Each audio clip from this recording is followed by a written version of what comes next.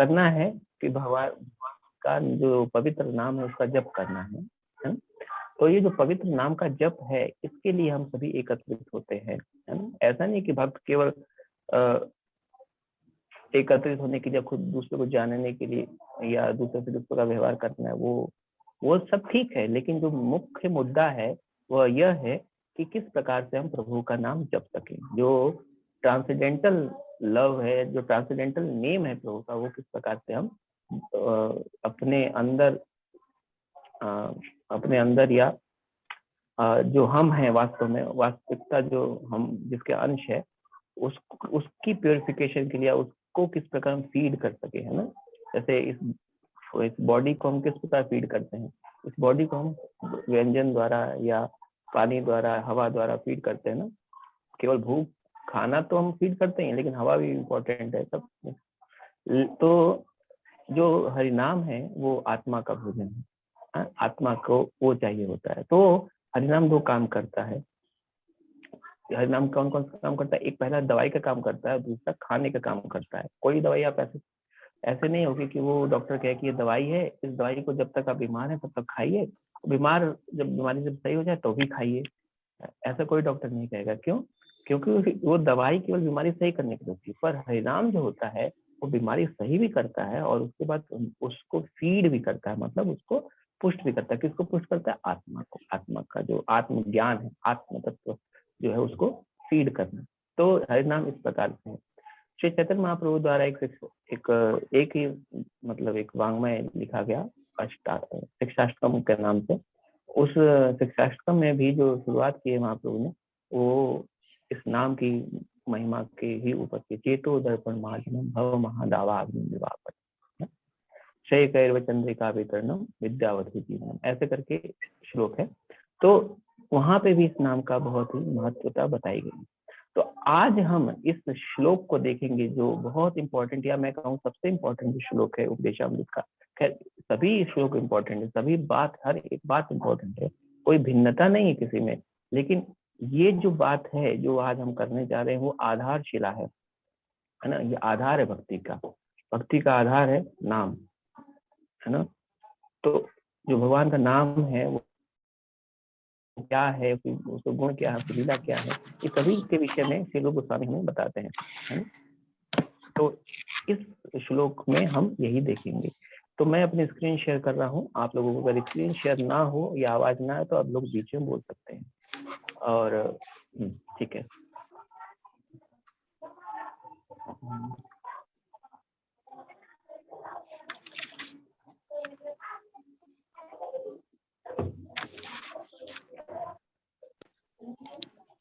श्री उपदेशामृत श्लोक संख्या 7 हमको करनी है आज।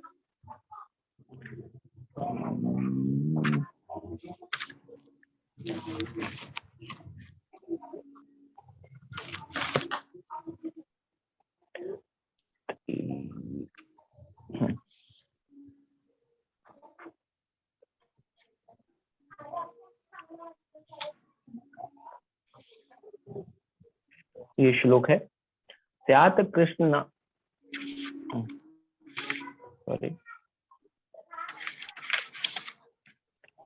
स्यात् कृष्ण नाम चरितादि स्थिताप्य विद्या पित्तोपत रसनस्य न रोचिकानु किन्त्वादरादनुदिनं खलु सैव जुष्टा स्वाधिक्रमाद् भवति तद भगत मूलम हंत्री। यह श्लोक है। स्यात् है कृष्ण, स्यात् मतलब है कृष्ण, भगवान कृष्ण का नाम, पवित्र नाम, चरित्र आदि, चरित्र लीलाएं आदि, स्थिति स्थिता मतलब मिश्री, अपि यद्यपि अविद्या अज्ञान का, पित्त से उपतप्त पीड़ित, रसनस्य जीभ की, न नहीं, रोचिका स्वादिष्ट, नो आहा नो आहा कितना विचित्र है यह, किंतु लेकिन आदरात सावधानी पूर्वक अनुदिनम प्रत्येक दिन या अहर्निश खलु स्वभावतः सा वह अर्थात पवित्र नाम रूपी मिश्री एवं निश्चय ही जुष्टा, जुष्टा मतलब ग्रहण की गई या उच्चारित। स्वाद्वी स्वादिष्ट, क्रमात् क्रमशः, क्रमात् का अर्थ है क्रमशः, भवती हो जाती है, तद्गत उस रोग की, मूल जड़, मूल जड़, हंत्री नष्ट, हंत्री मतलब नष्ट करने वाली। इसका अनुवाद, अनुवाद और तात्पर्य श्रील प्रभुपाद के द्वारा। श्रील प्रभुपाद की जय। कृष्ण का पवित्र नाम चरित, कृष्ण का पवित्र नाम चरित, लीलाएं तथा कार्य काल सभी मिश्री के समान आध्यात्मिक रूप से मधुर हैं। बहुत इंपॉर्टेंट लाइन है, फिर मैं पढ़ता हूँ इसको। कृष्ण का पवित्र नाम, चरित्र, लीलाएं तथा कार्यकाल सभी मिश्री के समान आध्यात्मिक रूप से मधुर हैं। यद्यपि अविद्या रूपी पीलिया रोग से ग्रस्त रोगी की जीभ किसी भी मीठी वस्तु का स्वाद नहीं ले सकती, लेकिन यह आश्चर्य की बात है कि इन मधुर नामों का नित्य सावधानी पूर्वक कीर्तन करने से उसकी जीभ में प्राकृतिक स्वाद जागृत होता है और उसका रोग धीरे धीरे समूल नष्ट हो जाता है। यहाँ पे एक पीलिया के रोगी का दृष्टांत दे रहे हैं सुखदेव गोस्वामी, और कहते हैं कि जिस प्रकार पीलिया के रोगी को मिठास का आभास नहीं होता, भले उसे कितने गन्ने का जूस पिला लो उसको मिठास का आभास नहीं होता, उसी प्रकार ये भले ही गन्ने का जूस कितना मीठा हो लेकिन उसको मिठास का आभास नहीं होगा। उसी प्रकार भगवान के जो नाम, रूप, गुण, लीला इत्यादि हैं, ये इतने मीठे हैं कि इनका तो उपमा भी नहीं दी जा सकती। यहाँ पे कहने का इनका भाव ये है। लेकिन ये इनकी जो मिठास है जीव आत्मा को इसलिए, जीवात्मा को इसलिए नहीं अच्छी लगती क्योंकि उसके जीव पर, जीव मतलब ये जीव नहीं, उसके चित्त पर जो है वो धूल जमी हुई है। धूल कैसी है? अविद्या रूपी धूल जमी है। चेतो दर्पण मार्जनम, जैसा हम चेतो दर्पण मार्जनम पढ़ते हैं, चित्त रूपी दर्पण पर, चित्त रूपी दर्पण को साफ करने वाला है कौन? ये जो महामंत्र है, हाँ महामंत्र है ये। चित्त रूपी दर्पण पर जो धूल जमी हुई है, जो अनेक जन्मों से एकाग्र करके हमने इस पे धूल जमाई है, वह धूल को साफ करने वाला है ये।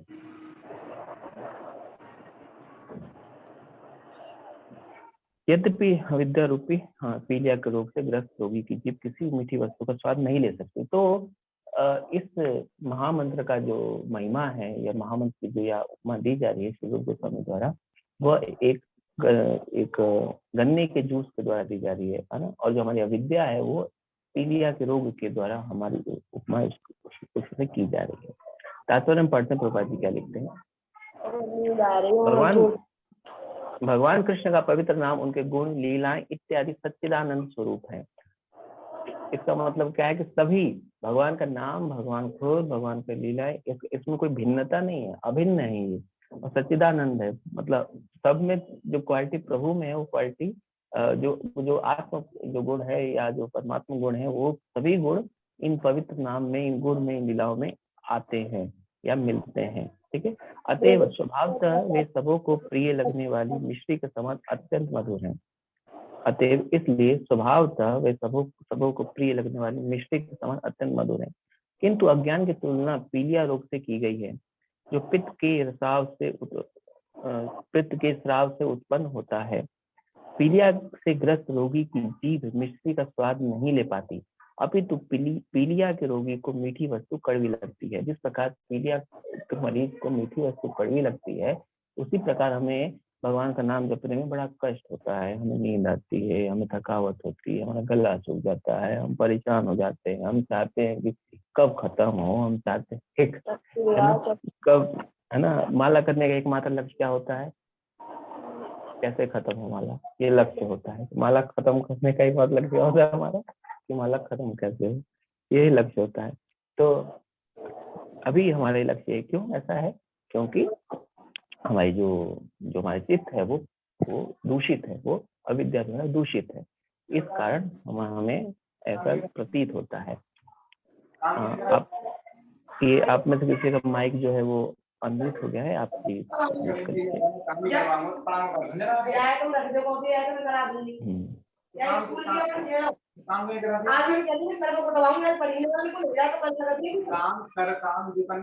काम करवाना है आपको भी मेरे आने से पहले। क्यों? क्योंकि अगर बाई चांस कोई सा काम ऐसा है जो नहीं आया, लगता है वहाँ पे भूल गए माता। ठीक है। हाँ, तो तुलना पीलिया के रोग से की तो पित्त का स्राव उत्पन्न। पीलिया से ग्रस्त रोगी की जीभ मिश्री का स्वाद नहीं ले पाती, अभी तो पीलिया के रोगी को मीठी वस्तु भी कड़वी लगती है। इसी प्रकार से अविद्या, अविद्या का अर्थ जो होता है अभी बताऊंगा। इस प्रकार से अविद्या भगवान कृष्ण के दिव्य सुस्वाद नाम, गुण, रूप तथा लीलाओं का आस्वाद लेने की शक्ति को विकृत कर देती है। देखिए अविद्या, देखिए गीता भगवान बताते हैं कि जो भगवान से रिलेटेड ना हो या जो आध्यात्मिकता से रिलेटेड ना हो, सभी अविद्या है ना।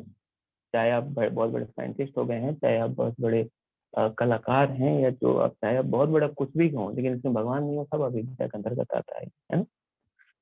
तो जिसमें प्रभु ना हो वो अविद्या के अंतर्गत आता है। ये एक जनरल मीनिंग है, या भगवान जिसको कहते हैं, बाकी सब अविद्या है।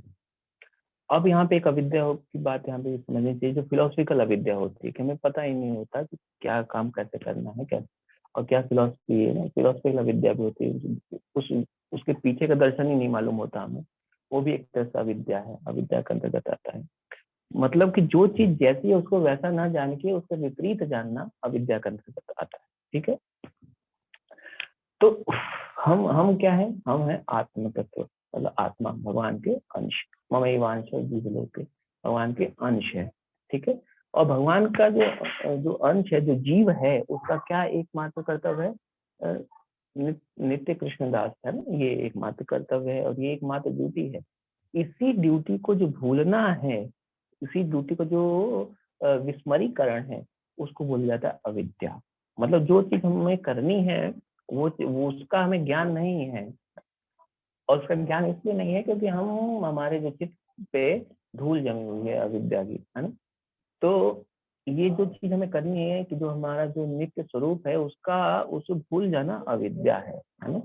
जैसे एक शेर जो है अपनी माँ से बिछड़ गया और वो बकरियों के झुंड में रहने लगा, बचपन में छोटा था, तो वो बकरी के समान ही मिनमिनाने लगा है ना। तो अब वो क्या है, मिनमिना रहा है, तो वो कहा जाएगा जो शेर है वो अविद्या का शिकार है ना। उसी प्रकार हम जो है प्रभु से बिछड़ गए हैं और अपने जो नित्य स्वरूप है उसको हम भूल गए हैं। हमारा जो नित्य स्वरूप है प्रभु की दासता है ना, उसको हम कहीं ना कहीं भूल गए हैं। इस कारण हम अविद्या के शिकार हैं, और अविद्या के शिकार होने के कारण जो नाम है, जो पवित्र नाम है, या जो मिश्री रूपी बहुत मीठा नाम है, वो नाम हमारे न कानों में जाता है, ना ही हमें ऐसा हमारे चित्त से ऐसा फील होता है कि बड़ा मीठा नाम है ना। हाँ, कई बार हो सकता है कि हम लोग बहुत ही अच्छे से, आप देखते होंगे भक्त लोग बहुत नाचते हैं, सभी भक्त बहुत नाचेंगे, कीर्तनों में बड़े नाचेंगे, कीर्तन में भक्त नाचते हैं, लेकिन वहाँ पे ये बात भी ध्यान रखनी है कि कई बार हम नाचते इसलिए हैं क्योंकि म्यूजिक अच्छा बज रहा होता है ना। म्यूजिक अच्छा बज रहा होता है इसलिए नाच रहे होते हैं, लेकिन वास्तविकता जो होनी चाहिए वो यह होनी चाहिए कि प्रभु का नाम कैसा भी हो, उसमें उसी प्रकार की मिठास होनी चाहिए, चाहे वो अच्छी म्यूजिक के साथ प्रस्तुत किया जाए या बिना म्यूजिक के साथ ही प्रस्तुत किया जाए। अब देखो, माला करने में ज्यादा आनंद आता है, जनरली रूप से पूछा हूँ, कि कीर्तन सुनने में ज्यादा आनंद आता है। कीर्तन में जो है वो कहीं ना कहीं, अब ऐसा नहीं है कि कीर्तन जो है, कीर्तन मतलब वो कीर्तन तो सभी, माला करना भी कीर्तन, भगवान का जो गुणगान करना सभी कीर्तन करते। मेरा जो कीर्तन का आशय है वो यह है, जो कीर्तन हम करते हैं, घड़ताल मितम बजाते हैं, उसमें हमें ज्यादा थोड़ा सा आनंद आता है। लेकिन वैसे करें तो नींद आती है ना, कमर रुक जाती है, पालथी मार के हम बैठ नहीं पाते हैं, 2 4 8 बार पैर खोल लेते, फिर कमर भी सीधी कर लेते हैं, सब करते हैं ना। तो इसका अर्थ क्या है कि हमें अभी भी उस नाम का जो वास्तविक स्वाद है वो हमें नहीं मिल पा रहा है। और क्यों नहीं मिल पा रहा है? इस अविद्या के कारण, अज्ञान के कारण। ठीक है, तो आस्वाद लेने की शक्ति को विकृत कर देती है। इस रोग के होते हुए भी, ये रोग कौन सा हमारा रोग, हमें हमारा अविद्या रूपी रोग है ना। इस अविद्या रूपी रोग को हमें हटाना है। तो जैसे मैंने शुरुआत में बताया कि ये अविद्या रूपी रोग भी उसी नाम से हटेगा, है ना। तो वो दवाई भी है और खाना भी है आत्मा के लिए, क्या? भगवान का पवित्र नाम। इस रोग के होते हुए भी यदि कोई अत्यंत सावधानी, अब प्रभुपाद जी यहाँ पे सॉल्यूशन बता रहे हैं कि इस रोग के होते हुए भी यदि कोई अत्यंत सावधानी एवं ध्यान के साथ कृष्ण के पवित्र नाम का कीर्तन करते हुए तथा उनकी दिव्य लीलाओं को श्रवण करते हुए कृष्ण भावनामृत को स्वीकार करता है, तो उसकी अविद्या नष्ट हो जाएगी और उसकी जीव भगवान की दिव्य प्रकृति तथा उनके साज समान का मधुर आस्वादन प्राप्त करने में समर्थ हो जाएगी। अब यहाँ पे जीभ का अर्थ, आप जीभ जो हमारी टंग है उसके बारे में बात नहीं की जा रही है ना। टंग जो है वो बहुत इंपॉर्टेंट है, लेकिन जीव से अर्थ यहाँ पे चित्त की बात भी की जा रही है। हमारे जो हम, क्योंकि आनंद अनुभूति कहाँ से होती है, वो आत्मा का गुण है ना, सच्चित आनंद तो आत्मा का गुण है, तो गुण आनंद की अनुभूति जो होगी वो आत्मा से ही होगी ना। तो ये वहां पे ये बात समझने, यहाँ पे ये समझने वाली बात है कि कहीं ना कहीं जो आनंद की अनुभूति होगी वो आत्मा से ही होगी। और वो कब होगी, जब हम उनकी दिव्य लीलाओं का श्रवण करेंगे, उनके नाम को जप करेंगे, और जो भी मतलब चीजें बताई गई हैं भगवान के लिए करने के लिए, भगवान को जैसे ऑफर करके खाएंगे तो जीव को भी स्वाद आता है। जैसे पहले क्या होता है कि कुछ लोग लहसुन प्याज खाते हैं, तो उनको लहसुन प्याज के बिना खाना दो तो खैर लहसुन प्याज के बिना भी बड़ा टेस्टी बनता है, लेकिन उनको ऐसा लगता है, उनके मन में ऐसा पता नहीं पहले से दुराग्रह होता है या पूर्वाग्रह होता है, उनको ऐसा लगता है कि नहीं नहीं वो बिना लहसुन प्याज के बना तो कैसा बना होगा यार, ये उनके अंदर होता है। वो होता बड़ा टेस्टी है, लेकिन उनको ऐसा लगता है कि कैसा बना होगा ऐसा, है ना।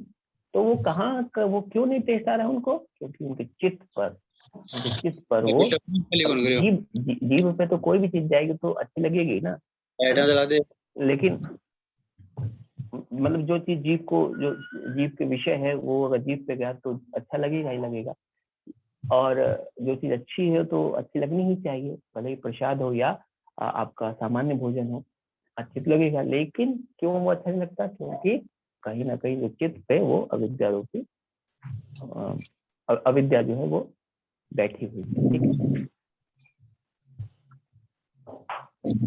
तो उसकी अविद्या नष्ट हो जाएगी और जीव भगवान की दिव्य प्रकृति तथा उनके साथ सामान का मधुर आस्वाद प्राप्त करने में समर्थ हो जाएगी। इस प्रकार का आध्यात्मिक स्वास्थ्य लाभ कृष्ण भावनामृत के नियमित अनुशीलन द्वारा ही संभव हो पाता है। अब कई करोड़ जन्म में लिए हैं, कई करोड़ मतलब कि कई करोड़ आप अनगिनत ले सकते हैं, कई करोड़ों जन्म से हम लोग इसी जन्म मृत्यु के चक्र में फंसे पड़े हैं, और हम हर जन्म में कहीं ना कहीं ऐसी क्रियाएं जो करते आए हैं जो कि इंद्र तृप्ति के अंतर्गत आती है। मतलब मनुष्य जीवन को छोड़ दिया जाए, अभी के लिए मनुष्य जीवन को छोड़ दिया जाए तो बाकी जितने भी योनियां हैं सभी इंद्र तृप्ति ही करती हैं, है ना। तो इतनी हमें आदत पड़ गई, मतलब वो उनके जो संस्कार है हमारे चित्त पर बैठ गए हैं, और वो जो संस्कार उन्हीं को यहाँ पर विद्या कहा गया है। तो इस कारण हमें ना ये स्वाद जो है इसका आता नहीं है, ये इतना पवित्र नाम का हमें स्वाद आता नहीं है। हाँ, कुछ लोगों को जब स्वाद आता है तो वो बड़े महान भागवत हो जाते हैं, हरिदास ठाकुर का एक नाम आपने बहुत सुना होगा। तो इस प्रकार आध्यात्मिक स्वास्थ्य लाभ कृष्ण भावनामृत के नियमित अनुशीलन द्वारा ही संभव होता है। नियमित से जब करेंगे, रोज सफाई करेंगे अपने चित्त की, तो हमारा जो वास्तविक ज्ञान है वो उभर पाएगा। हम क्या करते हैं ना, सुबह सुबह सफाई करके जाते हैं और पूरे दिन जो उसको गंदा करते हैं। 2 घंटे सफाई करेंगे तो 22 घंटे को गंदा करेंगे, अर्थात चित्त को 2 घंटे आपने साफ किया माला करके, बाकी 22 घंटे आपने उसको गंदा किया। हाथी स्नान का एग्जाम्पल बहुत सटीक बैठता है। इस पूरे उपदेशामृत में जो सबसे मुख्य एग्जाम्पल होता है वो हाथी स्नान होता है। तो इस प्रकार, तो इसलिए नियमित अनुशीलन, नियमित रोज बिना रुके बिना थके करना पड़ेगा, तो उसको कहते हैं नियमित अनुशीलन द्वारा ही संभव हो पाता है, ठीक है। इस भौतिक जगत में तो प्रभुपाद जी ने पहले बता दिया कि प्रॉब्लम क्या है ना, प्रॉब्लम है अविद्या, सॉल्यूशन क्या है, नियमित अनुशीलन। तो इस पैराग्राफ में इतना बताया है प्रभुपाद जी ने।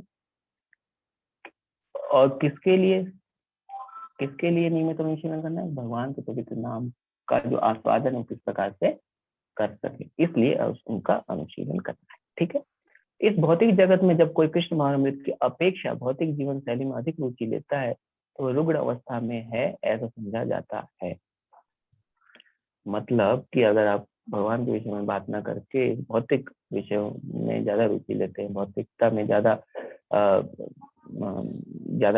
तल्लीन है, भौतिकता में अधिक उसमें लग्न रहते हैं, संलग्न रहते हैं, तो आप कहीं ना कहीं आप अपने अविद्या को बढ़ा रहे हैं। मतलब जो ऐसा समझिए कि एक हीरा है बहुत चमकता है ना, अब वो हीरा जो है उसकी क्वालिटी भी बहुत अच्छी है, और उसकी क्वालिटी बहुत अच्छी है। सबसे दुनिया का मान लो सबसे महंगा हीरा है वो, सबसे महंगा हीरा है दुनिया का। कितना भी महंगा हीरा हो उसको ऊपर आप गोबर डाल दोगे तो उस भले ही वो कितना भी चमकता हो, पर उस गोबर के प्रभाव में आकर उसकी जो चमक है वो ढकी रह जाएगी, है ना। उसकी जो चमक है वो तो उठेगी नहीं। तो अगर हमें उसकी चमक फिर देखनी है, उसको फिर देखना है तो गोबर हटाना पड़ेगा।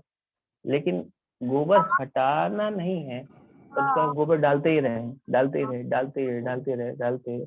अब ऐसे गोबर डालते रहे आप, है ना, तो क्या होगा, गोबर डालने से क्या होगा कि वह जो गोबर का जो पहाड़ है वो बढ़ता जाएगा, और जितना हम उसको गोबर डालेंगे उतना हीरे को खोज पाना या हीरे की जो वास्तविक गुण है उसको जान पाना बहुत ही दुष्कर हो जाएगा, है ना। तो इसलिए यहाँ रूपा जी कहते हैं कि वो रुग्ण व्यक्ति है। कौन कौन? जो कि कृष्ण महामृत की अपेक्षा भौतिक जीवन शैली में अधिक रुचि लेता है, तो वह रुग्ण अवस्था में है, अर्थात कि वह अपने वास्तविक ज्ञान से जो जो जो मल है, भौतिकता मल, उसको और डाले जा रहा है ना। तो वो रुग्ण अवस्था में है, मतलब रोगी है, ऐसा समझा जाता है। सहज अवस्था तो भगवान का सनातन दास बने रहना है। जीवेर स्वरूप कृष्ण, जीवेर स्वरूप है कृष्णेर नित्य दास।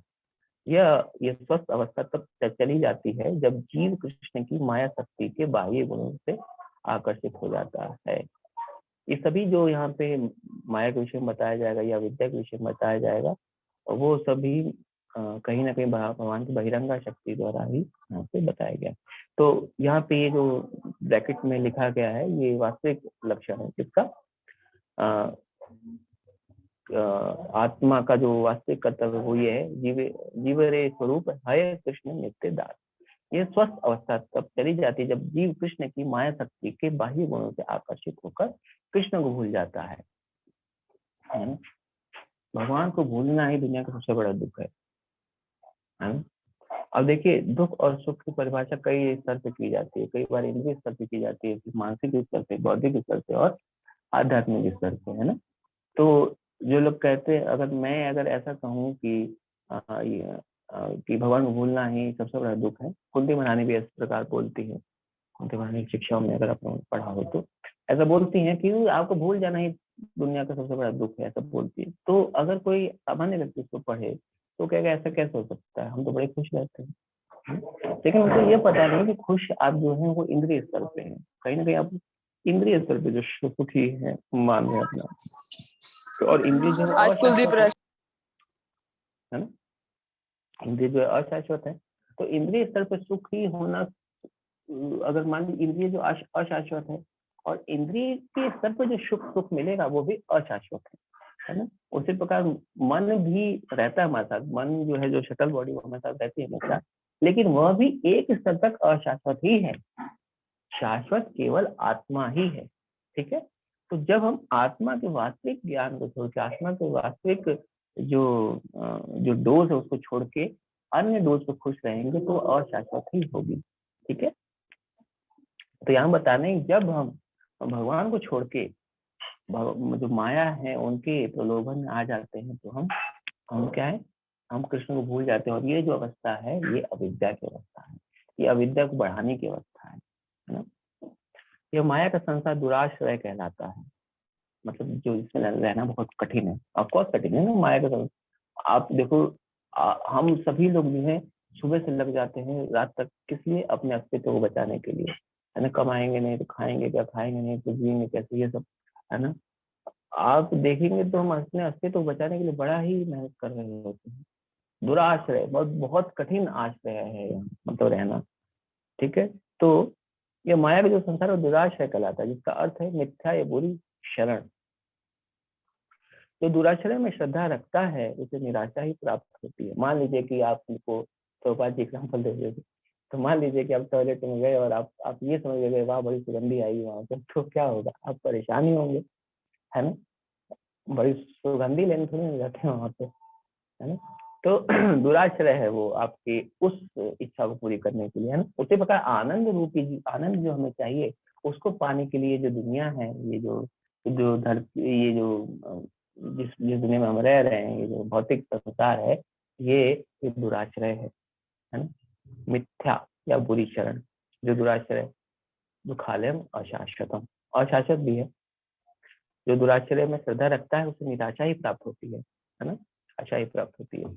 आशा लेके गए कि मैं उनके पास जा रहा हूँ, मान लीजिए आशा आपकी कि मेरे पास उनको बहुत पैसे वाले व्यक्ति हैं, मान लो आशा है, और उनके पास मैं जाऊंगा एक याचना लेके कि प्रभु जी पैसा दे दीजिए, प्रभु जी दे ही देंगे, है ना। तो मैंने कहा नहीं प्रभु जी नहीं है, तो अब क्या हम निराश होंगे, मतलब आप मुझे जो आशा लगा के गए थे वो गलत आशा थी ना।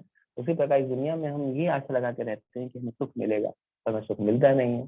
तो सुख मिलता नहीं है तो कहना अरे यार, इतना किया मैंने इसके लिए, मुझे सुख नहीं मिला, इतना किया मैंने कंपनी के लिए, इतना किया मैंने इसके। तो इसलिए यहाँ इस दुनिया को जो दुराश्रय कहा गया है ना? इस दुनिया में अब जो भी करेंगे उसका विपरीत फल आपको मिलने वाला है। तो इस दुनिया से इतनी आशा नहीं रखनी चाहिए, और खास करके जो परमानंद है उसकी आशा तो इस दुनिया से बिल्कुल नहीं रखनी चाहिए। कहाँ थे हम? जो दुराश्रय में श्रद्धा रखता है उसे निराशा ही प्राप्त होती है। इस भौतिक जगत में प्रत्येक व्यक्ति सुखी होने का प्रयास करता है, और यद्यपि उसके प्रयास सभी तरह से विफल होते हैं, किंतु अविद्या के कारण वो अपनी त्रुटियों को समझ नहीं पाता। अब ये बहुत अच्छी बात गोपाल जी लिखते हैं यहाँ पे, इसको समझने वाली बात है ना।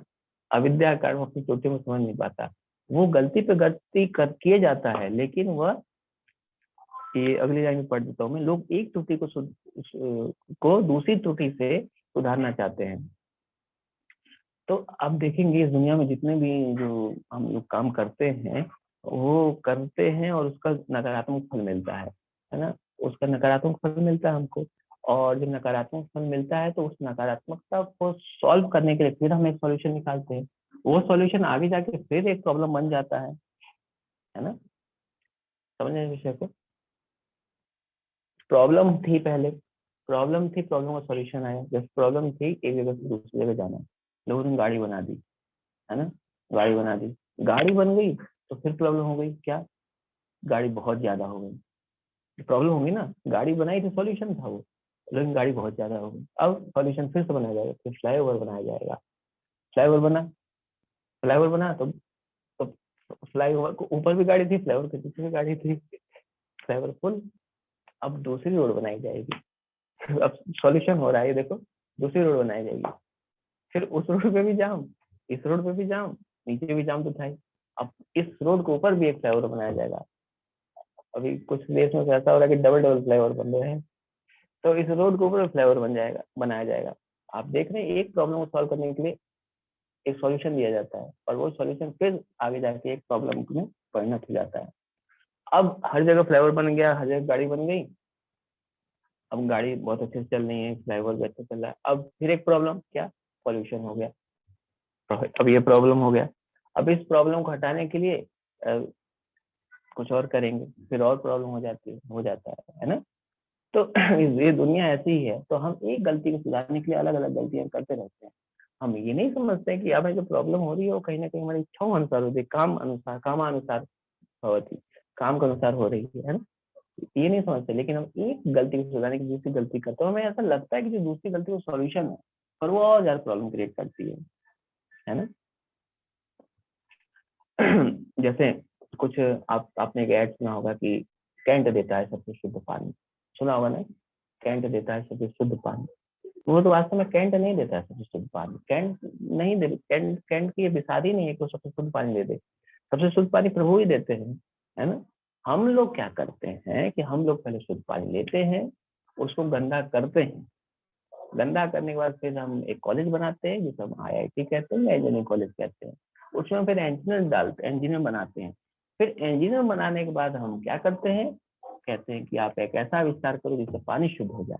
फिर हम पूरी बुद्धि लगाते हैं अपने जीवन का बहुत सारा हिस्सा जो हमारे भगवत प्राप्ति के लिए मिला था, उसमें बहुत सारा हिस्सा इसे लगा देते हैं पानी कैसे शुद्ध किया जाए, है ना। तो पानी शुद्ध करने में बुद्धि लगा देते हैं। फिर हम बनाते हैं एक आरो, कैंट आरो। फिर कहते हैं कैंट देता है सबसे शुद्ध पानी। नहीं भैया, भगवान देते हैं सबसे शुद्ध पानी, भगवान सब कुछ देते हैं। हम अपनी बुद्धि लगाते हैं, हम अपने अविद्या के कारण जो है सभी क्रियाएं करते हैं, और अपनी एक गलती को छुपाने के लिए दूसरी गलती करते हैं। मान लीजिए जिसने पहली बार आरो बनाया होगा, है ना, उसके लिए कितनी वाहवाही हुई होगी, वाह हरो बना रहे, लेकिन वो एक तरह से गलती ही थी। क्यों? क्योंकि अब कितना पानी वेस्ट भी होता है उससे, है ना। आप जो एक नदी है, एक नदी कितना साफ पानी दिया प्रभु ने हमें, एक नदी को ही अगर आप अच्छे से रखें तो हम किसी को जो बेसिक नीड्स उसकी तकलीफ नहीं होगी। लेकिन हम पहले उसको गंदा करते हैं, उसमें कंपनी बनाते, पहले कंपनी बनाते हैं, कंपनी का वेस्ट उसमें डालते हैं, बाकी सभी कूड़ा कबाड़ा सब उसमें डालते हैं, फिर कहते हैं नहीं अब इसको साफ कर। तो देखो, एक त्रुटि को छुपाने के लिए, गलती को छुपाने के लिए हमने अलग अलग गलतियां की, है ना। और उन गलतियों के आधार पर हम समझते हैं कि मानव सबसे समझदार व्यक्ति है, सबसे दुर्गति जो है मानव करता है ना। तो क्यों करता है? क्योंकि वो अपनी एक गलती को छुपाने के लिए दूसरी गलती करता है, और उसे लगता है कि जो दूसरी गलती है वो पहली गलती का सॉल्यूशन है, पर ऐसा है नहीं, है ना। तो इसे क्या कहते हैं? इसे कहते हैं अविद्या। समझ में आ रही है? अविद्या। इस जगत में अस्तित्व टिकाए रखने के लिए संघर्ष करने की यही रीति है। वास्तव में कितना है? हाँ है।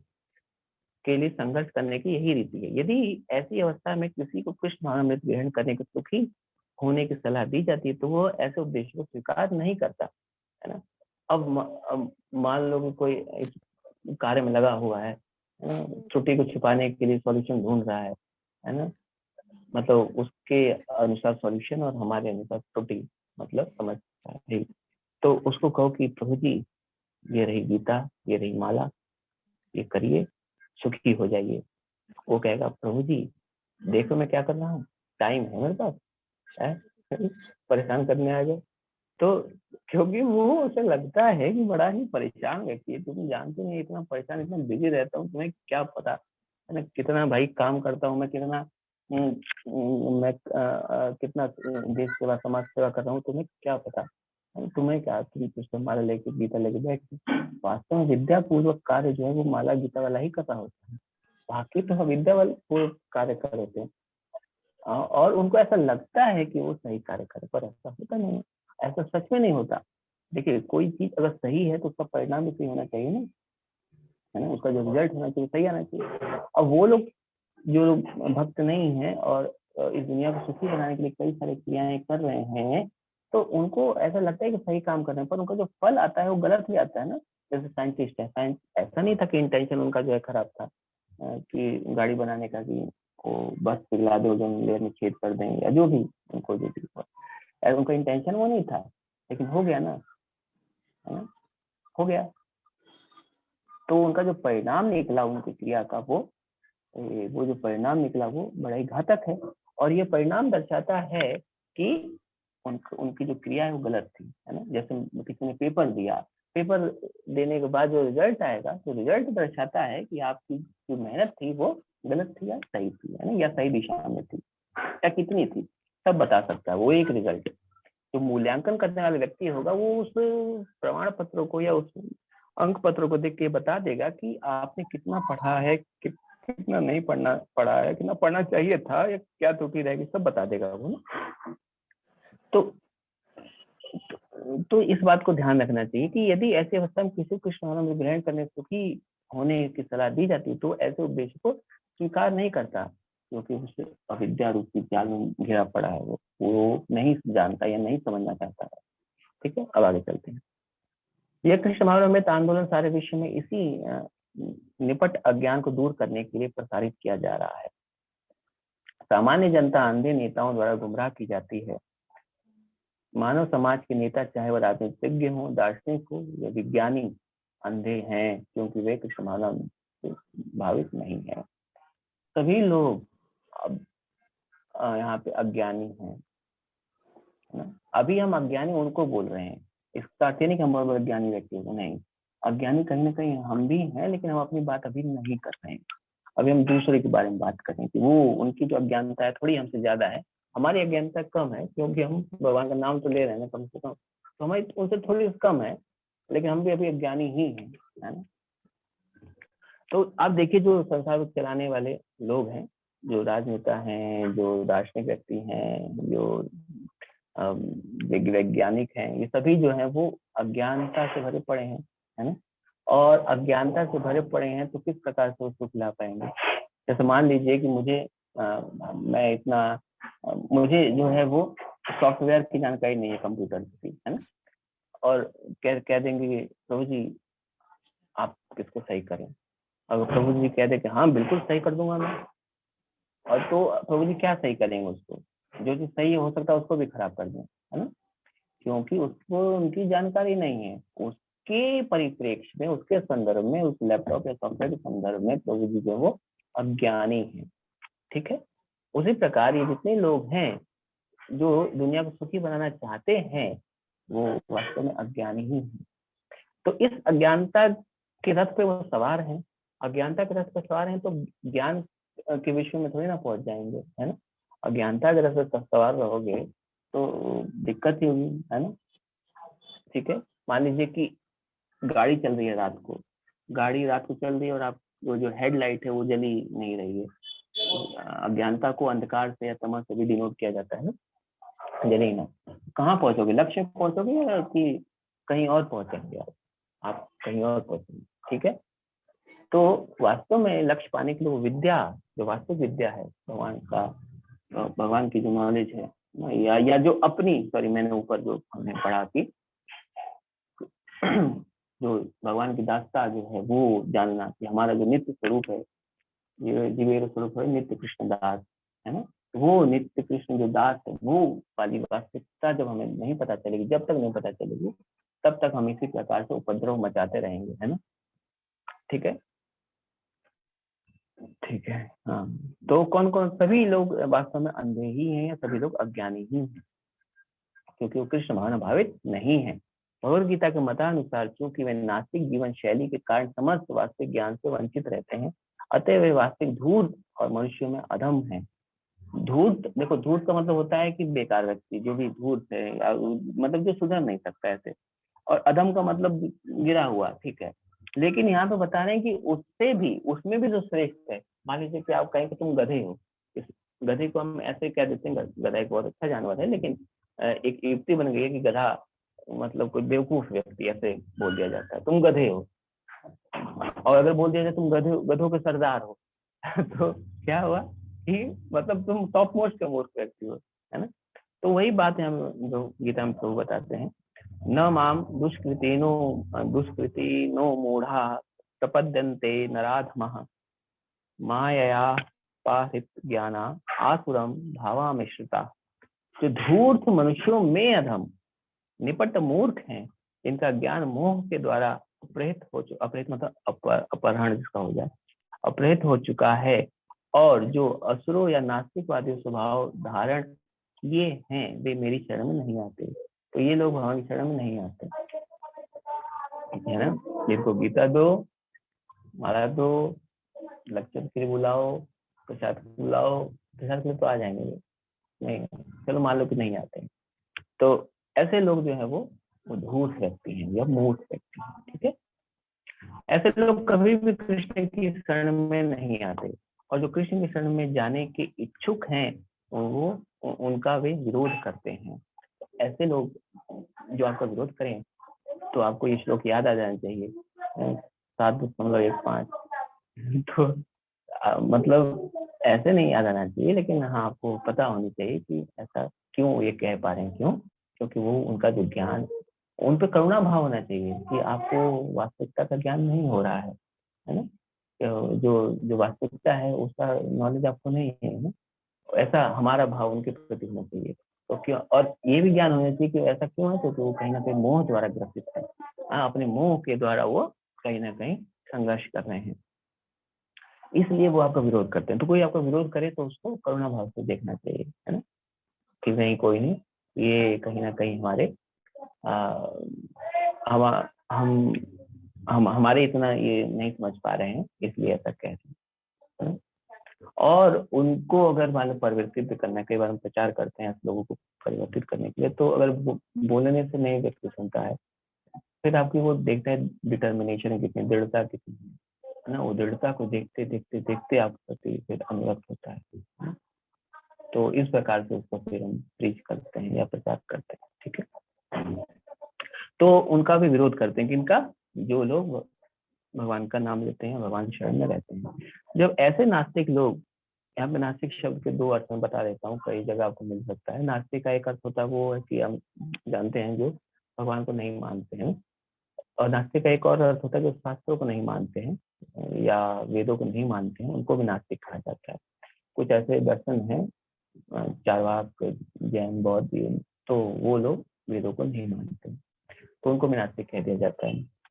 ठीक है, तो यहाँ पे नास्तिक का जो अर्थ है उनके लिए प्रयोग नहीं हो रहा है, ये सामान्य तौर पे हर एक व्यक्ति के लिए प्रयोग किया जा रहा है। जब ऐसे नास्तिक लोग समाज के नायक बन जाते हैं तो सारा वातावरण अविद्या से भर जाता है ना। अब अविद्या से भर ही जाएगा भैया जब सभी लोग नायक हैं। नायक मतलब कि किसी भी क्षेत्र में जो आप किसी भी क्षेत्र में जो अग्रसर होता है व्यक्ति, जिसको हम फॉलो कर रहे होते हैं, उसको नायक कहते हैं। और जो जैसा वो करेगा तो यदि आचरति श्रेष्ठ, तो ये श्रेष्ठ व्यक्ति के लिए भी ये श्लोक अप्लाई होता है, लेकिन ये हर उस व्यक्ति के लिए अप्लाई होता है जो आपसे बड़ा हो, है ना। ये जैसा बड़े लोग करते हैं छोटे लोग वैसे ही आचरण करते हैं। तो जिस अविद्या का प्रचार बड़े लोग करेंगे, छोटे छोटे लोग और ज्यादा उसको अनुकरण करेंगे और उसका प्रचार करेंगे, है ना।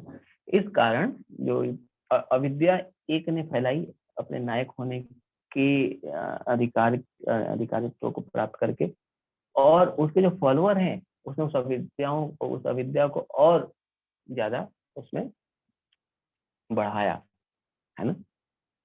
तो इससे बोलते हैं कि वातावरण अविद्या से भर जाता है। ऐसी दशा में लोग इस कृष्ण भावनामृत आंदोलन का उत्साहपूर्वक स्वागत नहीं कर पाते हैं। जिस तरह की पीलिया रोग से पीड़ित रोगी मिश्री के स्वाद का आनंद नहीं ले पाता, किंतु मनुष्य को ये जान लेना चाहिए कि मिश्री ही पीलिया की एकमात्र विशिष्ट औषधि है। मिश्री ही एकमात्र विशिष्ट औषधि है। इसी प्रकार मानव की वर्तमान दिग्भ्रमित अवस्था में कृष्ण भावनामृत ही विश्व को ठीक करने की एकमात्र औषधि है। देखिए, दो चीजें होती हैं, एक होता है एक योग होता है, अष्टांग योग, यम नियम आसन प्राणायाम प्रत्याहार धारणा ध्यान समाधि प्रकार होता है। यम 5 होते हैं, नियम 5 होते हैं, प्रत्याहार कई सारे होते हैं। प्रत्याहार तो आपने लोगों ने इसमें पढ़ा भी होगा, प्रत्याहार वाला। और आसन कितने सारे होते हैं, ये समाधि, ये तपस्या, ये क्रिया, वो बहुत चीज होती है उसमें, है ना। एक तो आप उसको फॉलो करें, है ना, या एक जो है प्रभु का नाम ही ले, सिंपल ले। उसमें क्या है, वो उसमें आपको खुद फॉलो करना पड़ेगा, गिर जाए तो वो उठाने वाला नहीं है, पता नहीं प्रभु मिले भी ना मिले उससे, है ना। लेकिन इससे आप करो तो भगवान पर आश्रित हो, आप भक्तों पर आश्रित हो, आपको भगवान अवश्य ही मिल जाएंगे। तो इसलिए प्रभुपाद जी कहते हैं कि एकमात्र औषधि है इस अज्ञानता को दूर करने के लिए, एकमात्र औषधि क्या है, कृष्ण भावनामृत ही एकमात्र औषधि है, जिसमें भगवान के पवित्र नाम हरे कृष्ण कृष्ण कृष्ण हरे हरे, हरे राम राम राम हरे हरे का कीर्तन किया जाता है। इतना सिंपल प्रोसेस है, बस आप सिंपल प्रोसेस बस यही करना है। हरे कृष्ण, आप देखेंगे कि कभी हम इसे बोर नहीं होंगे। ऐसा नहीं कि हरे कृष्ण आज हम 10 साल से कर रहे हैं तो क्या 10 साल से एक ही चीज कर रहे हैं तो बोर हो गए, ऐसा नहीं हो सकता। आप एक ही चीज को बार बार करेंगे तो हो सकता है बोर हो जाएंगे।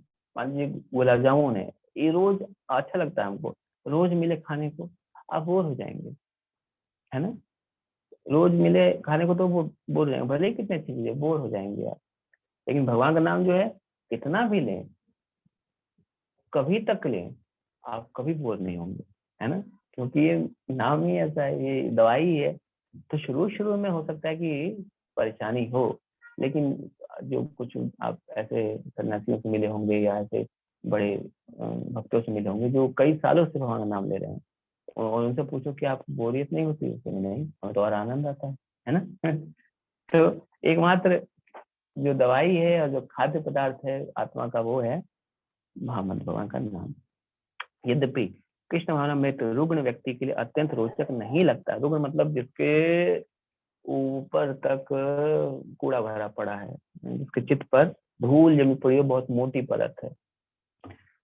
यद्यपि कृष्ण भावनामृत रुग्ण व्यक्ति के लिए अत्यंत रोचक नहीं लगता, फिर भी शील रूप गोस्वामी की सलाह है कि यदि कोई भव रोग से अच्छा होना चाहता है तो उसे इस कृष्ण भावनामृत को बड़ी ही सावधानी से तथा ध्यान पूर्वक ग्रहण करना होगा। बड़ी ही सावधानी से और ध्यान पूर्वक ग्रहण करना होगा। मतलब जो भी डूज हैं, जो भी डोंट्स हैं, वो करने पड़ेंगे। क्या विधि है, क्या निषेध है, इन सबका पालन करना पड़ेगा, है ना। जो भी अविधेय है उनका पालन करना पड़ेगा, है ना। और बड़े ही सतर्कता से, बड़े ही डेडिकेट होकर उनका पालन करना पड़ेगा। ये नहीं है कि आज पालन किया, 10 दिन छोड़ दिया, फिर 20 दिन किया, 30 दिन छोड़ दिया, नहीं, ऐसे नहीं। दृढ़ता से, निश्चयबद्ध होकर आपको उसका पालन करना पड़ेगा, है ना। एक एक कहानी मैंने सुनी थी कि एक व्यक्ति ने पहाड़ काट के जो है वो सड़क बना दी थी। तो उसने निश्चय वो पहाड़ काटने खुद ही काट दिया था उसने, ऐसा नहीं बुलडोजर लगा के, नहीं, उसने खुद ही काटा था। तो वो लगा रहा लगातार, है ना, पूरे जीवन उसका बूढ़ा हो गया काटते काटते, लेकिन उसे बना दिया, है ना। इस यही की कहानी एक पुरानी सुनी। तो ऐसा था और उसने किया, तो उसने वो क्यों कर पाया, क्योंकि उसके अंदर कंटिन्यूटी थी और दृढ़ता थी। ये दो चीजें बहुत जरूरी होती हैं। और जरूरी से याद आया कि आप लोगों को श्लोक पढ़ा होगा, उत्साह निश्चय धैर्य तत्त कर्म प्रवर्तनात्। तो वो जो श्लोक है बहुत इंपॉर्टेंट है, वो चीज चाहिए। अगर मान लीजिए हम दवाई का सेवन कर रहे हैं शुरुआत में, तो वो वाला जो श्लोक है उसको आप लीजिएगा, समझिएगा, उसके अनुसार फिर आप दवाई का सेवन करेंगे ना, तो जो दवाई है वो और ज्यादा आपको फायदा करेगी। दवाई हमने देख ली है, दवाई आप लोग रोज लेते हैं। तो यद्यपि कृष्ण भावनामृत रुग्ण व्यक्ति के लिए अत्यंत रोचक नहीं लगता, फिर भी श्री गोस्वामी की सलाह है कि यदि कोई भवरोग से अच्छा होना चाहता है तो उसे कृष्ण भावनामृत को बड़ी सावधानी से थोड़ा ध्यान से ग्रहण करना होगा। मनुष्य के रोग का उपचार हरे कृष्ण महामंत्र कीर्तन से प्रारंभ होता है, क्योंकि भगवान के पवित्र नाम के कीर्तन से भौतिक दशा में मनुष्य सारी भ्रांत धारणाओं से मुक्त हो जाएगा। चेतो दर्पण मार्जनम। अविद्या जो मनुष्य की आध्यात्मिक पहचान की भ्रांत धारणा है, अहंकार को जन्म देती है। जो मैंने एग्जांपल दिया आपको कि गीता जिसे किसी वैज्ञानिक को, तो वो नहीं लेगा, क्योंकि वो समझता है कि वही करता, हम विमूढ़ आत्मा की वही एकमात्र करता है। तो जो अविद्या है वो अहंकार को जन्म देती है, ठीक है। इसलिए भी अब देखिए, उपदेक्षण कृते ज्ञानम ज्ञानी में तद विधि परिपाते न परिप्रश्न सेवाया, इस प्रकार से। तो ज्ञान हमें कब मिलता है, ज्ञान तब मिलता है जब हम गुरु के समीप जाते हैं और किस विनीत भाव से, ऐसा नहीं कि अपना नॉलेज लेके जाते हैं, अहंकार भाव से जाएंगे तो आपको कभी वो ज्ञान नहीं प्राप्त होगा, है ना। तो ये जो अविद्या से जो अज्ञान, अविद्या से जो ये अहंकार उत्पन्न होता है, इस अहंकार के कारण हम ज्ञान को ग्रहण नहीं कर पाते हैं, है ना। और जब इस ज्ञान को हम ग्रहण नहीं कर पाते हैं, दूसरे व्यक्ति को मूर्ख ही समझते, भले वो कितना बड़ा ही प्रोफेसर हो, कितना बड़ा ही सन्यासी क्यों ना हो, है, लेकिन या कितना बड़ा ही भक्त क्यों ना हो, उसे अगर हम मूर्ख ही समझेंगे तो हम कभी भी अज्ञानता से छूट नहीं पाएंगे, है ना। इसलिए इस अहंकार को जीरो करके जाना चाहिए भक्तों के सामने, जो वरिष्ठ भक्त हैं, या भगवान का जो उपदेश सुनने जाना चाहिए, तो इस अहंकार को जीरो करके जाना चाहिए। ऐसा मान के जाना चाहिए कि हमें कुछ नहीं आता है, और वास्तव में क्या आता है, कुछ नहीं आता। हम कहेंगे भौतिक ज्ञान आता है, तो लेकिन क्या आता है। मान लीजिए आप में से कुछ लोग होंगे, मान लो फिलोसफी के प्रोफेसर होंगे, कुछ लोगों के IIT के प्रोफेसर होंगे, तो जिसे कंप्यूटर का नॉलेज होगा उसे हो सकता है खाना बनाने का नॉलेज ना हो, जिसे कंप्यूटर खाना बनाने का नॉलेज होगा उसे गाड़ी चलाने का नॉलेज ना हो, है ना। भौतिक विद्या भी हमें नहीं आती है, अगर आप एनालाइज करें तो हमें भौतिक विद्या भी नहीं आती है, तो किस बात का। तो खैर उसको छोड़ते हैं। तो हमें जब आध्यात्मिक विद्या के अनुशीलन करना होता है, आध्यात्मिक विद्या को हमें ग्रहण करना होता है, तो हमें अपने अहंकार को शून्य करके जाना पड़ता है, ठीक है। वही बातें हम बताते हैं। तो असली लोग तो हृदय में रहता है, किंतु यदि मन स्वच्छ किया जाता है, किंतु यदि मन स्वच्छ किया जाता है, यदि चेतना शुद्ध की जाती है, तो भव रोग से व्यक्ति को हानि नहीं हो सकती। मन तथा हृदय को समस्त भ्रांत धारणाओं से स्वच्छ करने के लिए मनुष्य को हरे कृष्ण महामंत्र का कीर्तन अपनाना चाहिए। ये सरल है और लाभकारी भी है। मन एवं मनुष्य नाम कारणम बद्ध मोक्ष, प्रकार से एक श्लोक है। भगवान के पवित्र नाम के कीर्तन से मनुष्य तुरंत ही भौतिक अस्तित्व रूपी प्रज्वलित अग्नि से मुक्त हो जाता है। तो यहाँ पे बात बताते हैं कि मन एवं मनुष्य नाम कारणम बद्ध मोक्ष, मन एकमात्र कारण है इस दुनिया में बंधे रहने का और इस दुनिया से छूट जाने का। तो और मन को किस पर कंट्रोल करना, भगवान क्या बताते हैं गीता में, अभ्यासेन तो कौन सा है वैरागी, अभ्यास और वैराग्य के द्वारा ही मन कंट्रोल नहीं हो सकता है। ठीक है, निरंतर अभ्यास करें भगवान के नाम का और विरक्ति रखें जो निषेध बताई गई है, तो उसे कहते हैं वैराग्य। ठीक है, तो इस तरह से आपका मन है वह एकाग्र होगा और जो चित्त है वो शुद्ध होगा। चित्त मतलब होता है कि मन बुद्धि अहंकार का सम्मिलित रूप से यहाँ पे चित्त बोला जा रहा है ना? सभी को शुद्ध करना है, बुद्धि अहंकार मन सबको, लेकिन उसमें जो सबसे मेन फिलकरिंग जो चीज होती है वो मन होती है, इसलिए यहाँ पे मन को विशेष तौर पर रखा जाता है। तो मन को जो है बहुत कंट्रोल करने की आवश्यकता है और ये अभ्यास वगैरह के द्वारा ही संभव है। समय हमारे पास। हाँ, भगवान के पवित्र नाम कीर्तन की 3 अवस्थाएं हैं।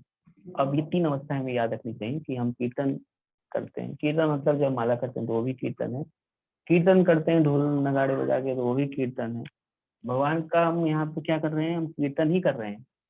और मतलब भगवान के जो भी चीज हम कर रहे हैं वो कीर्तन ही है। तो हम एक बार मंदिर बना था तो प्रभुपाद जी अरेस्ट कर रहे थे, तो टिक टिक टिक टिक आवाज आई थी, तो भक्त ने कहा कि प्रभुपाद आपको डिस्टर्ब हो रहा होगा, रात तक आप ट्रेवल करके आए हैं। नहीं, ये डिस्टर्बेंस नहीं है, भगवान कीर्तन है ना। तो भगवान पवित्र नाम कीर्तन, तो ये तो कीर्तन इस प्रकार से होता है, कीर्तन भगवान का बहुत कुछ है, जो भी बज जाओ कीर्तन सा है भगवान के नाम से। ठीक है, लेकिन यहाँ पे जो विशेष कीर्तन हम जानते हैं, भगवान का नाम जपना या कीर्तन करना, तो उसके बारे में बात हो रही है। तो अपराध पूर्ण अवस्था, 3 अवस्थाएं होती हैं। कौन सी पहली अवस्था होती है, अपराध पूर्ण अवस्था, मतलब कि ऐसा कीर्तन जिसमें हम अपराध भी कर रहे हैं, मतलब कीर्तन भी कर रहे हैं और नाम अपराध भी करते हैं। जो नाम अपराध हम सुबह सुबह पढ़ते हैं वो भी करते हैं और कीर्तन भी कर रहे हैं, तो उसको क्या क्या कहा गया, अपराध पूर्ण अवस्था। दूसरी अवस्था क्या है, अपराधों को कम करने की अवस्था, अपराधों को कम करने की अवस्था। ज्यादातर जो भक्त होते हैं जो इसमें प्रोग्रेस कर रहे होते हैं या भक्ति में डिटरमाइंड होते हैं, ये साधना भक्ति जो कर रहे होते हैं वो इसी के अंतर्गत आते हैं, अपराधों को कम करने की अवस्था। तथा शुद्ध अवस्था, जो उत्तम सन्यासी परिवाराचार्य होते हैं वो शुद्ध अवस्था के अंतर्गत आते हैं। तो नव दीक्षित हरे कृष्ण महामंत्र का कीर्तन प्रारंभ करता है तो सामान्य रूप से वह अनेक अपराध करता है। इनमें से 10 अपराध प्रमुख हैं और यदि भक्त इनसे बचा रहता है तो उसे अगली अवस्था के दर्शन होते हैं। अगर अपराध नहीं करेगा तो अगली अवस्था के दर्शन होंगे। जो अपराध पूर्ण शुद्ध कीर्तन के बीच की अवस्था है, जो अपराध पूर्ण शुद्ध कीर्तन के बीच की अवस्था है, जब कोई शुद्ध अवस्था को पा लेता है तो वह तुरंत मुक्त हो जाता है। यही भव महादावाग्नि निर्वापण, भव महादावाग्नि, दावाग्नि के समान इसको इस दुनिया को उपमा दी गई है कि ये जो संसार है, ये भौतिक वर्ल्ड है, वो किस प्रकार है, दावाग्नि के समान है। जैसे 3 अग्नि होती है, जठराग्नि, दावाग्नि और वाड़ाग्नि। तो एक अग्नि यहाँ पे बताई गई है दावाग्नि। दावाग्नि मतलब जो जंगल में लगती है आग, जंगल में जब आग लग जाए ना तो वो बिना बारिश के नहीं शांत होती है। तो वो जो आग लगती है और उस आग में जो पशु पक्षी इत्यादि होते हैं वो सभी मरते रहते हैं, है ना। तो उनको सुकून कब मिलता है, मान लीजिए कुछ लोग परेशान होते हैं, कुछ जीव जंतु को सुकून कब मिलता है, जब बारिश होती है। भगवान का नाम जो है वो इस बारिश के समान ही है। संसार दावा नल लीधलो का प्रणय कारुण घना घनत्वम तप्त कल्याण गुणान्वत वंदे गुरु श्री नारायण। तो कहाँ थे हम?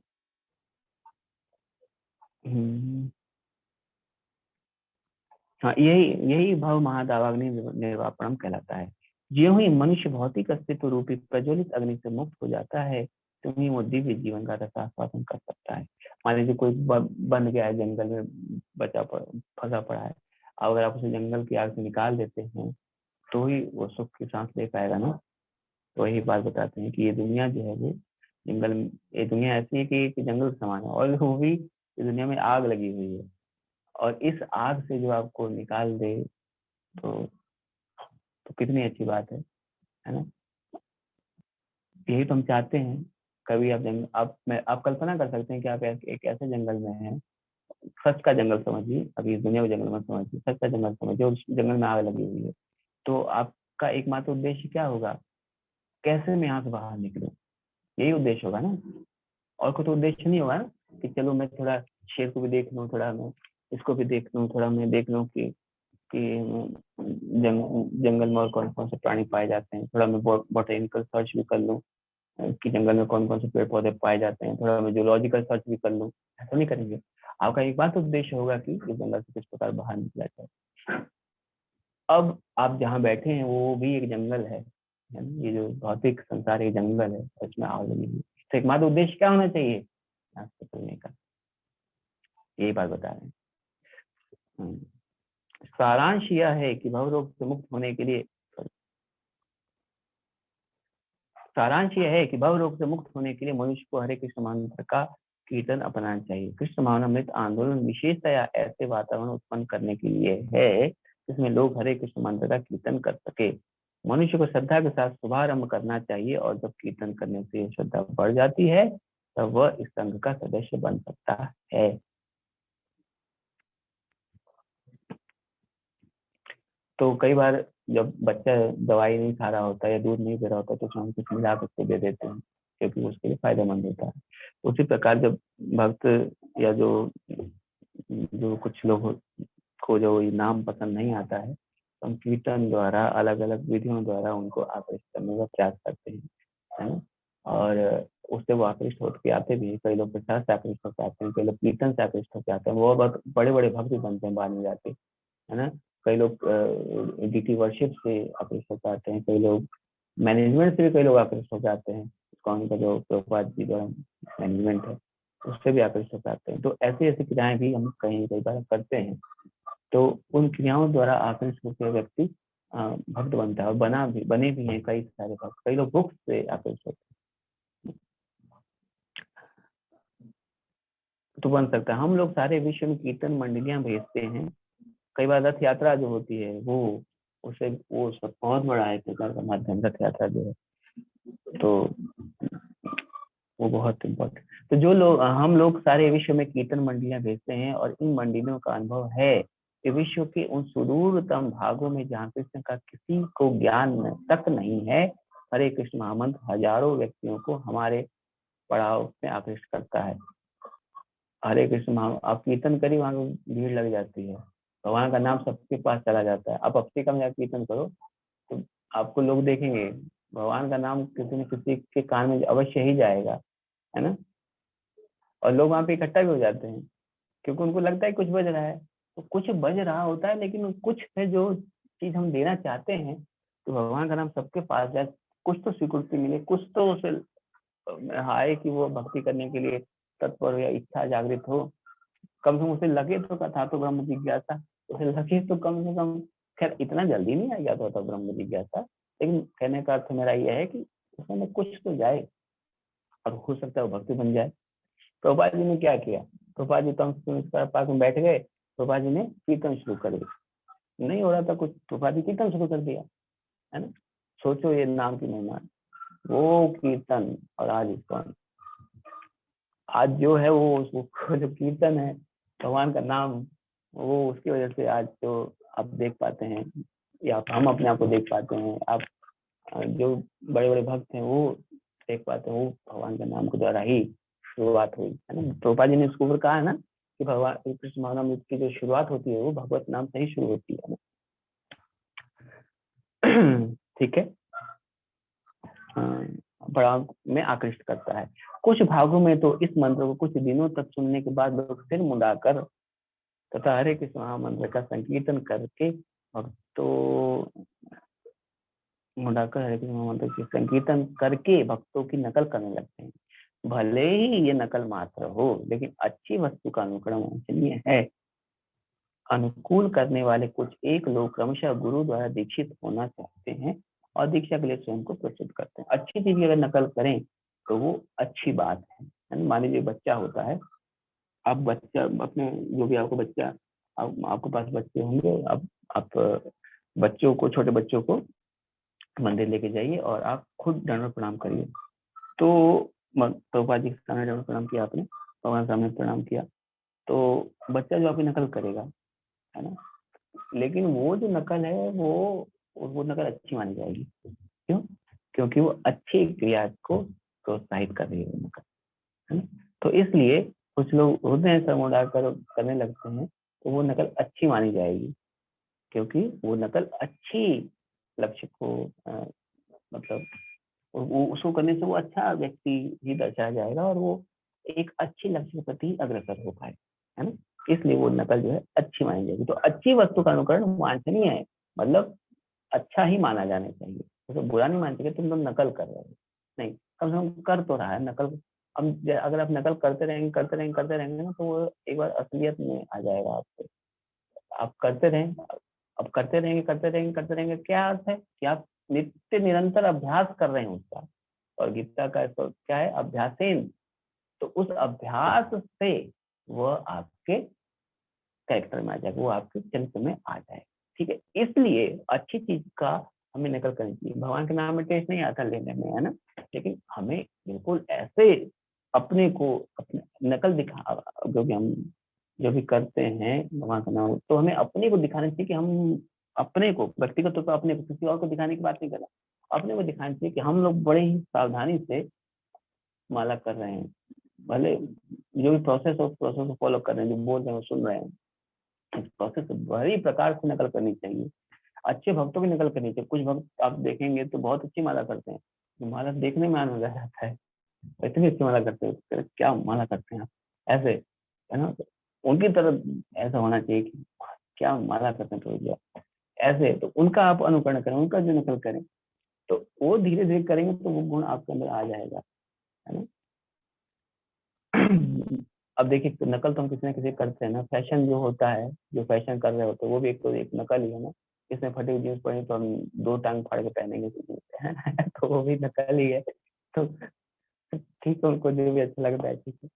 तो हम क्यों ना अच्छी चीज का नकल करें, हम अच्छी चीज की नकल करेंगे, ताकि हम हम जो भी हमारा उद्देश्य वो प्राप्त कर सकें। अनुकरण करने वाले कुछ लोग क्रमशः गुरु द्वारा दीक्षित होना चाहते हैं और दीक्षा के लिए स्वयं को प्रस्तुत करते हैं।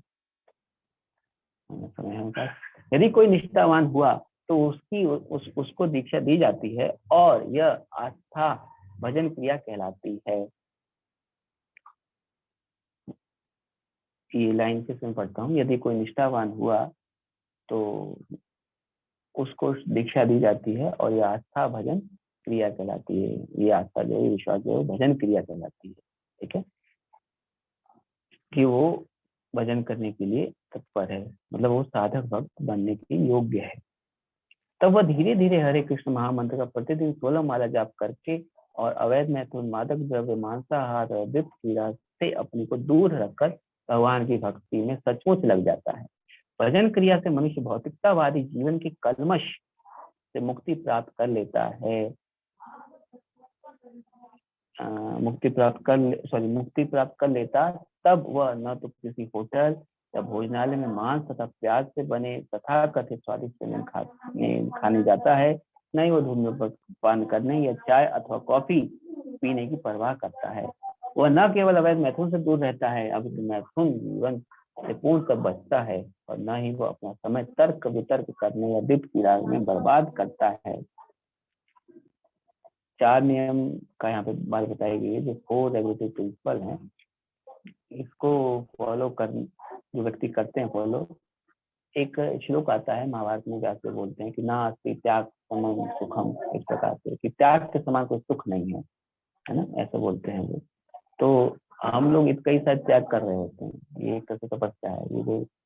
ये जो त्याग है, ये त्याग हमें फिर एक सुख देता है ना, एक मेलो मिलता है एक त्याग करने कि मैं ये काम नहीं करता हूँ। और वो जो सुख है वो हमें किसी होटल में नहीं जाने देता, मांस मदिरा इत्यादि का नहीं करने देता। वो जो सुख है ना, वो सुख कब मिलता है? वो एक अनुभूति वाला सुख होता है, वो आपको अनुभव होता है अगर आप इनको फॉलो करेंगे तो त्याग समान कोई सुख नहीं है।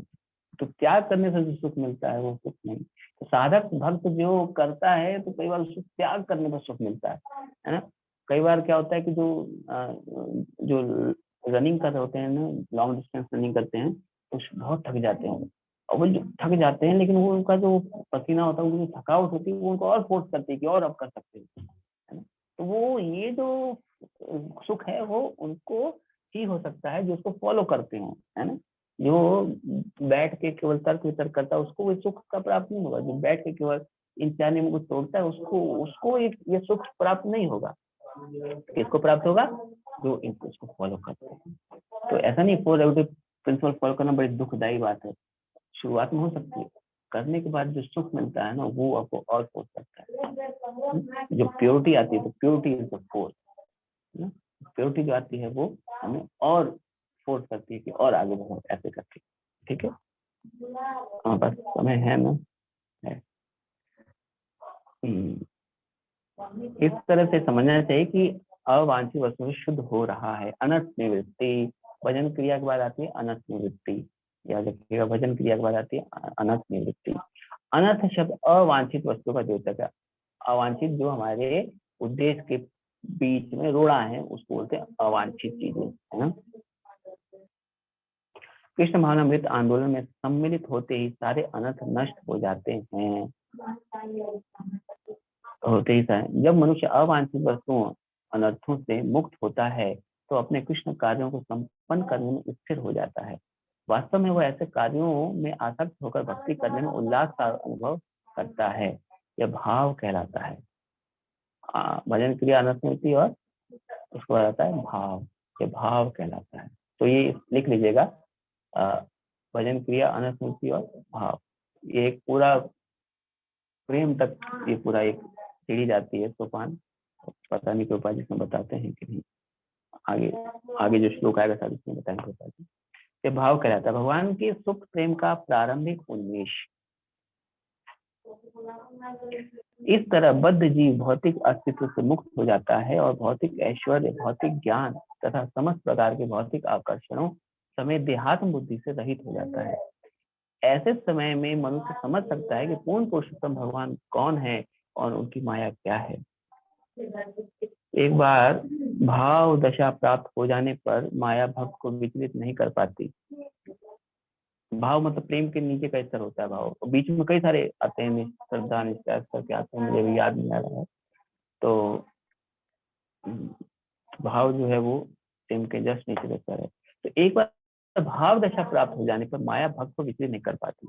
बाकी आप किसी स्तर पर रहेंगे तो माया वहां से विचलित कर सकती है आपको, लेकिन भाव के स्तर पर रहेंगे तो आपको माया विचलित नहीं कर सकती। मतलब आप माया के प्रलोभन से प्रभावित नहीं होंगे, यद्यपि माया विद्यमान होती है तभी। इसका कारण यह है कि भक्त माया की वास्तविक स्थिति का दर्शन कर सकता है।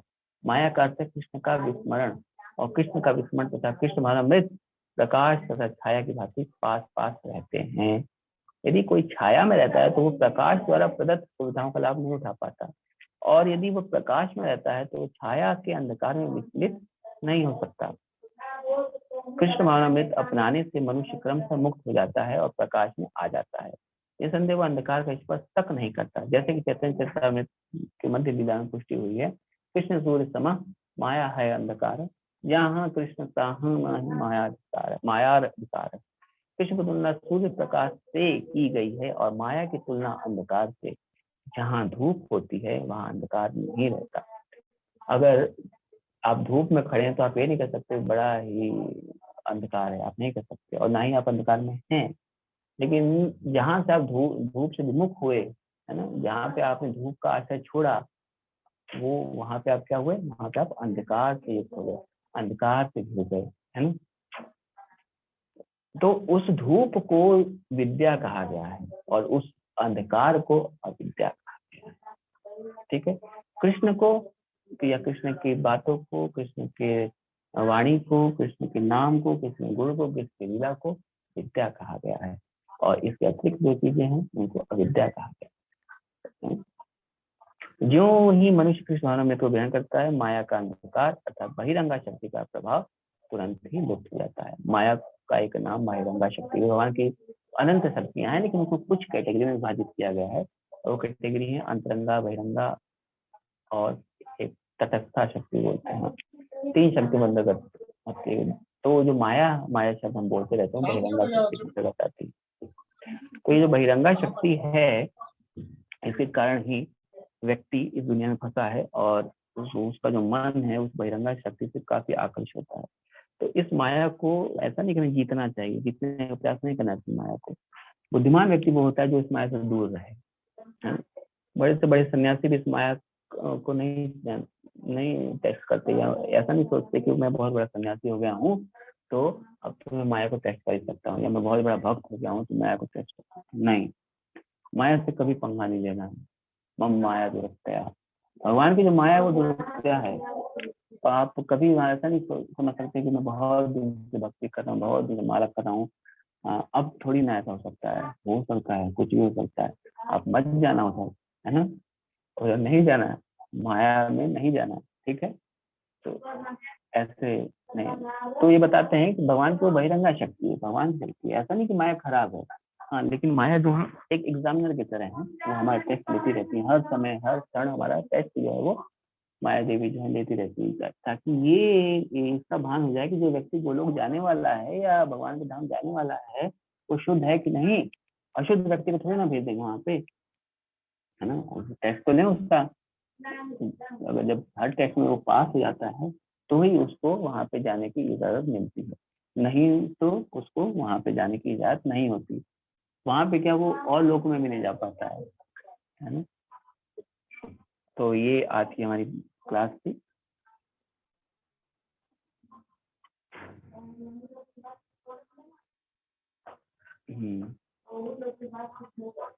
ओके, हरे कृष्णा।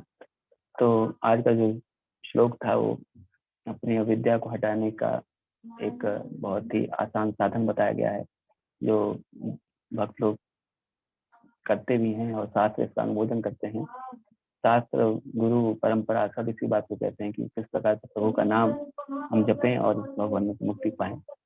प्रभु का जो नाम है वो, जैसे प्रभुपाद जी ने बताया या श्री रूप गोस्वामी बताते हैं कि वो एक गन्ने के जूस के समान है, और जो अविद्या है हमारे ऊपर, हमारे चित्त के ऊपर जो अविद्या जमी पड़ी है, या अविद्या के ऊपर जो मल जो जमा पड़ा है उसको हटाने के लिए ये एक दवाई के समान भी है, और ये आत्मा के लिए भोज्य पदार्थ भी है ना।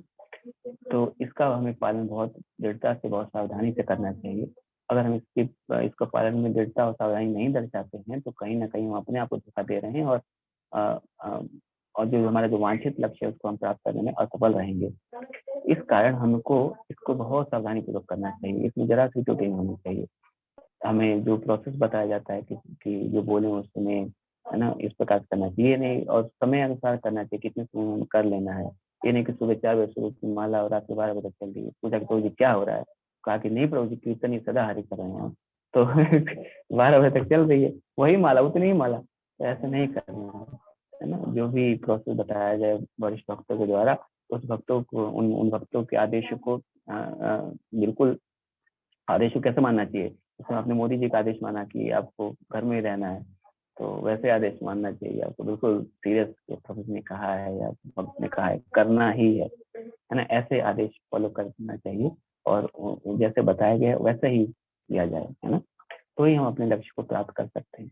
अगर हम ऐसा नहीं करेंगे तो कहीं ना कहीं अपना अहंकार को शो कर रहे हैं, और अहंकार शो करने का नतीजा ये होगा कि हम जो अविद्या उसको कभी हटा नहीं पाएंगे, और अगर अविद्या हटेगी नहीं तो विद्या आएगी नहीं, और विद्या आएगी नहीं तो, जो मैंने एग्जांपल दिया था हीरा, हीरे के ऊपर गोबर का ढेर पड़ा है, तो कहाँ वो हीरे को चमक को देख पाएंगे, आप नहीं देख पाएंगे। मतलब आप कभी भी आत्म साक्षात्कार की ओर अग्रसर नहीं हो पाएंगे, है ना। तो आज के लिए इतना ही,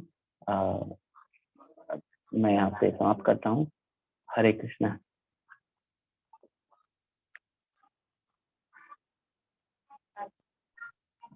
हरे कृष्ण।